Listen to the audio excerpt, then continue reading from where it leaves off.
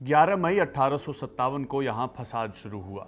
मैंने उसी दिन से घर का दरवाज़ा बंद और आना जाना मौकूफ़ कर दिया। मैं जिस शहर में हूँ उसका नाम दिल्ली और उस मोहल्ले का नाम बल्ली मारों का मोहल्ला है। लेकिन एक दोस्त उस जन्म के दोस्तों में से नहीं पाया जाता। ढूंढने को मुसलमान इस शहर में नहीं मिलता। क्या अमीर क्या गरीब, अगर कुछ हैं तो बाहर के हैं। मैं हकीम मोहम्मद हसन खां मरहूम के मकान में 9-10 बरस से किराए को रहता हूँ। 1858 में ये ख़त उर्दू शायर मिर्ज़ा गालिब ने लिखा था और उसमें ज़िक्र था 1857 के विद्रोह का, मुग़ल काल के डिक्लाइन का और अंग्रेज़ों के राज के शुरुआत की बात भी की गई थी। इधर गालिब थे दिल्ली में और उधर लंदन में प्रख्यात कम्युनिस्ट विचारक कार्ल मार्क्स थे, जिन्होंने इस लड़ाई को आज़ादी की पहली लड़ाई बताया था। गालिब के ख़तों से यह भी पता चलता है कि वो 1857 की तबाही से दुखी थे, मगर अंग्रेज़ों के ख़िलाफ़ खुलकर ना बोलने के इल्ज़ाम भी उन पर लगते हैं। लेकिन क्या इस बीच ये बातें उन्होंने कभी कार्ल मार्क्स को बताई थी? क्या मिर्ज़ा गालिब ने कभी कार्ल मार्क्स को भी खत लिखा था? आज मिर्ज़ा गालिब की 228वीं बर्थ एनिवर्सरी है। वो 27 दिसंबर 1797 को पैदा हुए थे। कार्ल मार्क्स और मिर्ज़ा गालिब की बात हम आज इसलिए कर रहे हैं क्योंकि बीते कई सालों से इंटरनेट पर गाहे बगाहे 2 चिट्ठियां शेयर की जाने लगती हैं और दावा किया जाता है कि कार्ल मार्क्स और मिर्ज़ा गालिब के बीच खतो किताबत यानी पत्राचार हुआ था। दावा है कि कार्ल मार्क्स ने अप्रैल 1867 में गालिब का एक शेर पढ़कर उन्हें एक चिट्ठी लिखी और कहा कि वो छंद मुक्त कविताएं लिखें, इनकलाबी शायरी करें और साथ में कम्युनिस्ट मैनिफेस्टो की एक कॉपी भी मिर्ज़ा गालिब को भेजी गई थी। ये हैरान करने वाले क्लेम्स यहीं रुकते नहीं हैं। बताया जाता है कि मिर्ज़ा गालिब ने इसका जवाब भी दिया। कहा था कि वो बादशाहों की शान में कुछ लिख देते हैं तो इसमें बुराई क्या है, और उल्टा कार्ल मार्क्स से कहा था कि वो गालिब की पेंशन की सिफारिश कर दें।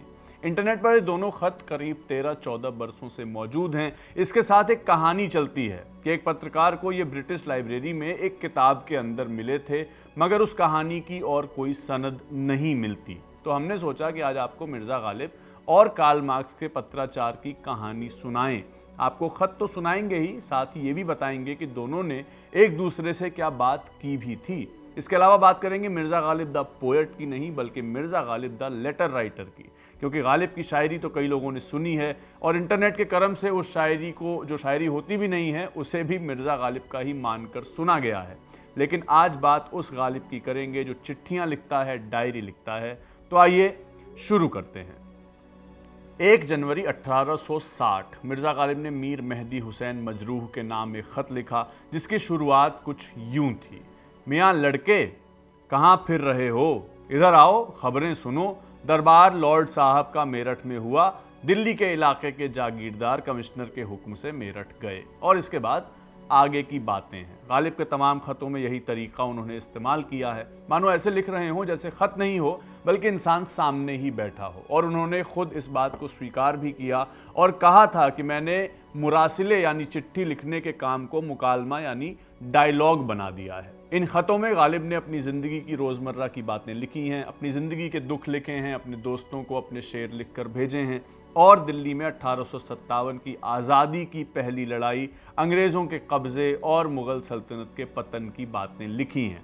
इसके अलावा मिर्ज़ा गालिब ने दस्तानबू नाम की एक किताब भी छापी, जो असल में उनकी डायरी थी, जिसमें उन्होंने 1857 के विद्रोह और उसके बाद की दिल्ली के बारे में विस्तार से लिखा। दस्तानबू की वजह से मिर्ज़ा गालिब पर यह इल्ज़ाम भी लगे कि उन्होंने अंग्रेज़ों का समर्थन किया था। इसकी एक वजह थी गालिब की पेंशन, जो बहादुर शाह जफ़र द्वितीय के हटने के बाद से उन्हें मिल नहीं रही थी, और उसकी सिफारिश के लिए वो उस वक्त कलकत्ता तक गए थे, जहां वॉइसरॉय बैठा करते थे। मगर ख़तों में गालिब अंग्रेज़ी हुकूमत पर तंज भी करते हैं। कहते हैं कि इस शहर पर 5 लश्कर का हमला एक एक करके हुआ। लिखते हैं, 5 लश्कर का हमला पे दर पे इस शहर पर हुआ। पहला बागियों का लश्कर, उसमें अहले शहर का एतबार लुटा।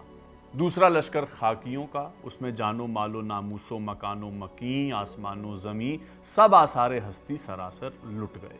तीसरा लश्कर काल का, उसमें हज़ारहा आदमी भूखे मरे। चौथा लश्कर हैज़े का, उसमें बहुत से पेट भरे मरे। पांचवा लश्कर तप का, उसमें ताबो ताकत अमूमन लुट गई। मरे आदमी कम, लेकिन जिसको तप आई उसने फिर आज़ा में ताकत न पाई। अब तक इस लश्कर ने शहर से कूच नहीं किया है। मेरे घर में 2 आदमी तप में मुब्तला हैं। गालिब के ख़तों में जिक्र है पुरानी दिल्ली का, शाहजहानाबाद का, जहाँ के बल्ली मारों के मोहल्ले में एक हवेली है जो इतनी जर्जर हालत में है कि बरसात में बादल 2 घंटे बरसे तो छत 4 घंटे बरसती है। गली कासिम जान की उसी हवेली के बाहर अंग्रेजी फौजी तैनात हैं। ना कहीं शायर का शोर है, ना वाह वाह की आवाज़ें। बस एक बूढ़ा शायर है जो हवेली के ऊपर वाले कमरे में बैठा अपने दीगर दोस्तों को खत लिखा करता है। खत में ही बयान करता है दिल्ली का हाल, बताता है कि दिल्ली छावनी में तब्दील हो गई है, कहता है कि दिल्ली न रही और दिल्ली वाले आज भी उसे अपना शहर मानते हैं। मायूस होकर लिखता है, आए दिल्ली वाए दिल्ली, भाड़ में जाए दिल्ली। गालिब के ख़तों की ये किताब 1957 में श्रीराम शर्मा ने लिप्यंतरण करके हिंदुस्तानी अकादमी इलाहाबाद से छापी थी। मुंशी हरगोपाल तफ्ता को ख़त हैं, जवाहर सिंह जौहर को हैं, सैयद बदरुद्दीन अहमद, काजी अब्दुल जमील जुनून सहित कुल 17 लोगों को लिखे सैकड़ों ख़त इस किताब में शामिल किए गए हैं। अब ये तो बात हुई गालिब के ख़तों की, जिनके बारे में काफ़ी जानकारी साहित्य की दुनिया में हमें मिल जाती है। मगर अब बात करते हैं कार्ल मार्क्स और मिर्ज़ा गालिब की। मिर्ज़ा गालिब की मृत्यु 1869 में हुई थी और कार्ल मार्क्स का निधन हुआ था 1883 में, यानी दोनों समकालीन तो थे। अब कहानी यह है कि आबिदा रिप्ले नाम की एक पत्रकार के हवाले से कहा जाता है कि वो ब्रिटिश लाइब्रेरी के इंडिया ऑफिस रिकॉर्ड्स में थी। ये वो जगह है जहां अंग्रेजी हुकूमत के दौरान के तमाम डॉक्यूमेंट्स रखे गए हैं। तो आबिदा रिप्ले वहां मौजूद थी और एक किताब देख रही थी। उसी में से उन्हें ये 2 खत मिले जो किताब से निकलकर ज़मीन पर गिर गए थे। तो इससे पहले कि आगे की बात हो, आपको दोनों खत पढ़कर मैं सुनाता हूँ। पहला खत है कार्ल मार्क्स का, जो लिखा गया है गालिब को रविवार 21 अप्रैल 1867, लंदन इंग्लैंड से खत लिखा गया है। लिखते हैं कि प्रिय गालिब, 2 दिन पहले दोस्त एंजल्स का खत मिला। पत्र के अंत में 2 लाइनों का खूबसूरत शेर था। काफ़ी मशक्क़त करने पर पता चला कि वो कोई मिर्ज़ा गालिब नाम के हिंदुस्तानी शायर की रचना है। भाई अद्भुत लिखते हैं। मैंने कभी नहीं सोचा था कि भारत जैसे देश में लोगों के अंदर आज़ादी की क्रांतिकारी भावना इतनी जल्दी आ जाएगी। लॉर्ड्स की व्यक्तिगत लाइब्रेरी से कल आपकी कुछ अन्य रचनाओं को पढ़ा। कुछ लाइनें दिल को छू गईं। हमको मालूम है जन्नत की हकीकत, लेकिन दिल के खुश रखने को गालिब ये ख्याल अच्छा है। कविता के अगले संस्करण में इनकलाबी कार्यकर्ताओं को संबोधित करें। जमींदारों, प्रशासकों और धार्मिक गुरुओं को चेतावनी दें कि गरीबों, मजदूरों का खून पीना बंद कर दें। दुनिया भर के मजदूरों, मुत्तहिद हो जाओ। हिंदुस्तानी शेर व शायरी की शैली से मैं वाकिफ़ नहीं हूँ। आप शायर हैं, शब्दों को गिरफ्तार नहीं किया जा सकता। कुछ भी मौलिक लिखें जिसका संदेश स्पष्ट हो, क्रांति। इसके अलावा ये भी सलाह दूंगा कि गज़ल, शेर व शायरी लिखना छोड़कर मुक्त कविताओं को आजमाएं। आप ज़्यादा लिख पाएंगे और इससे लोगों को अधिक सोचने को मिलेगा। इस पत्र के साथ कम्युनिस्ट मैनिफेस्टो का हिंदुस्तानी संस्करण भेज रहा हूँ। दुर्भाग्यवश पहले संस्करण का अनुवाद उपलब्ध नहीं है। अगर ये पसंद आई तो आगे और साहित्य भेजूंगा। वर्तमान समय में भारत अंग्रेजी साम्राज्यवाद के मांद में परिवर्तित कर दिया गया है और केवल शोषितों, मजदूरों के सामूहिक प्रयास से ही जनता को ब्रिटिश अपराधियों के शिकंजे से आज़ाद किया जा सकता है। आपको पश्चिम के आधुनिक दर्शन के साथ साथ एशियाई विद्वानों के विचारों का अध्ययन भी करना चाहिए। मुगल राजाओं और नवाबों पर झूठी शायरी करना छोड़ दें। क्रांति निश्चित है, दुनिया की कोई ताकत इसे रोक नहीं सकती। मैं हिंदुस्तान को क्रांति के निरंतर पथ पर चलने के लिए शुभकामना देता हूं। आपका कार्ल मार्क्स। अब ये खत कार्ल मार्क्स का था। गालिब ने जवाब दिया 9 सितंबर 1867 को, दिल्ली, हिंदुस्तान। कहते हैं, मेरे अनजान दोस्त कार्ल मार्क्स, कम्युनिस्ट मैनिफेस्टो के साथ तुम्हारा खत मिला। अब तुम्हारे पत्र का क्या जवाब दूं? भाई 2 बातें हैं। पहली बात है कि तुम क्या लिखते हो ये मुझे पता नहीं चल पा रहा है। दूसरी बात यह कि लिखने और बोलने के हिसाब से मैं काफ़ी बूढ़ा हो गया हूँ। आज एक दोस्त को लिख रहा था तो सोचा क्यों ना तुम्हें भी लिख दूं। फरहाद के बारे में तुम्हारे विचार गलत हैं। फरहाद कोई मजदूर नहीं है जैसा तुम सोच रहे हो, बल्कि वो एक प्रेमी है। लेकिन प्यार के बारे में उसकी सोच मुझे प्रभावित नहीं कर पाई। फरहाद प्यार में पागल था और हर वक्त अपने प्यार के लिए आत्महत्या की बातें सोचता था। और तुम किस इनकलाब के बारे में बात कर रहे हो? इनकलाब तो 10 साल पहले 1857 में ही बीत गया। आज मेरे मुल्क के सड़कों पर अंग्रेज सीना चौड़ा करके घूम रहे हैं।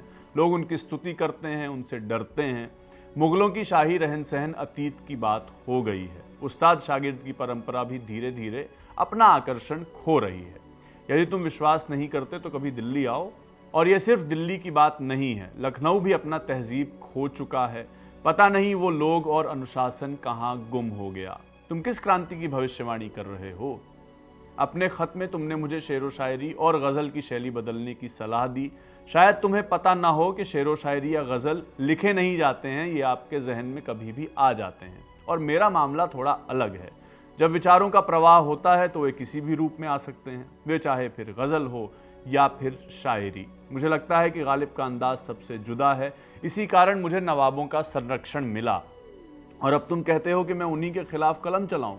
अगर मैंने उनकी शान में कुछ पंक्तियां लिख भी दी तो इसमें गलत क्या है? दर्शन क्या है और जीवन से इसका क्या संबंध है, ये मुझसे बेहतर शायद ही कोई और समझता हो।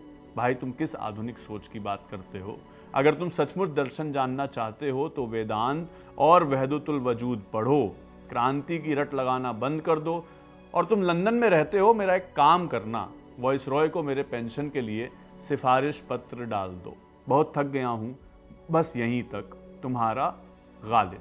अब पहली बात यह है कि आबिदा रिप्ले वाली जो बात हमने आपको अभी बताई, उसके अलावा कोई जानकारी इंटरनेट पर मौजूद नहीं है। यानी ये खत किस भाषा में थे, किस किताब के अंदर थे, किसने इन्हें वहाँ रखा था, वगैरह वगैरह। क्योंकि कार्ल मार्क्स अंग्रेजी जानते थे मगर गालिब नहीं जानते थे, और कार्ल मार्क्स को जाहिर तौर पर उर्दू पढ़नी नहीं आती थी। एक्स पर एक पोस्ट के कमेंट सेक्शन में कुछ लोगों ने इस बात का भी जिक्र किया है कि कार्ल मार्क्स की अंग्रेजी की वोकेबलरी वैसी कैसे थी जैसी आजकल बोली जाती है, और यही बात गालिब की भाषा पर भी लागू होती है। इसके अलावा गालिब के जितने भी खत हैं उनमें कहीं भी कार्ल मार्क्स का या जर्मनी का या कम्युनिस्ट मैनिफेस्टो का कोई जिक्र नहीं मिलता। विदेशी नामों में सिर्फ उन अधिकारियों के नाम हैं जिनसे मिर्ज़ा गालिब की मुलाकात अपनी पेंशन के सिलसिले में या अपनी डायरी जिसका नाम दस्तानबू था उसके सिलसिले में हुई है। उदाहरण के तौर पर मार्च 1859 में एक खत मीर मेहदी हसन मजरूह को लिखा गया था जिसमें ये कहा गया, मेरी जान सुनो दास्तान, साहब कमिश्नर बहादुर दिल्ली यानी जनाब सेंडर साहब बहादुर ने मुझको बुलाया। 24 फरवरी को मैं गया। साहब शिकार को सवार हो गए थे, मैं उल्टा फिर आया। जुमा 25 फरवरी को फिर गया। मुलाकात हुई, कुर्सी दी। बाद पुरसिश मिजाज के एक खत अंग्रेजी का उठाकर पढ़ते रहे।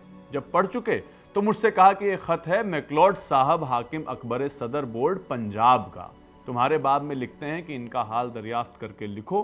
फिर पूछा कि तुमने किताब कैसी लिखी है, उसकी हकीकत बयान की। कहा एक मैकलॉड साहब ने देखने को मांगी है और एक हमको दो। मैंने अर्ज़ किया कल हाजिर करूँगा।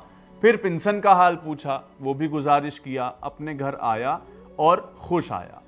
सैफ महमूद पेशे से वकील हैं, ऑथर भी हैं। सैफ महमूद बिलवड दिल्ली नाम की एक किताब में दिल्ली के 10 शायरों का जिक्र करते हुए लिखते हैं जिसमें मिर्ज़ा गालिब भी शामिल हैं।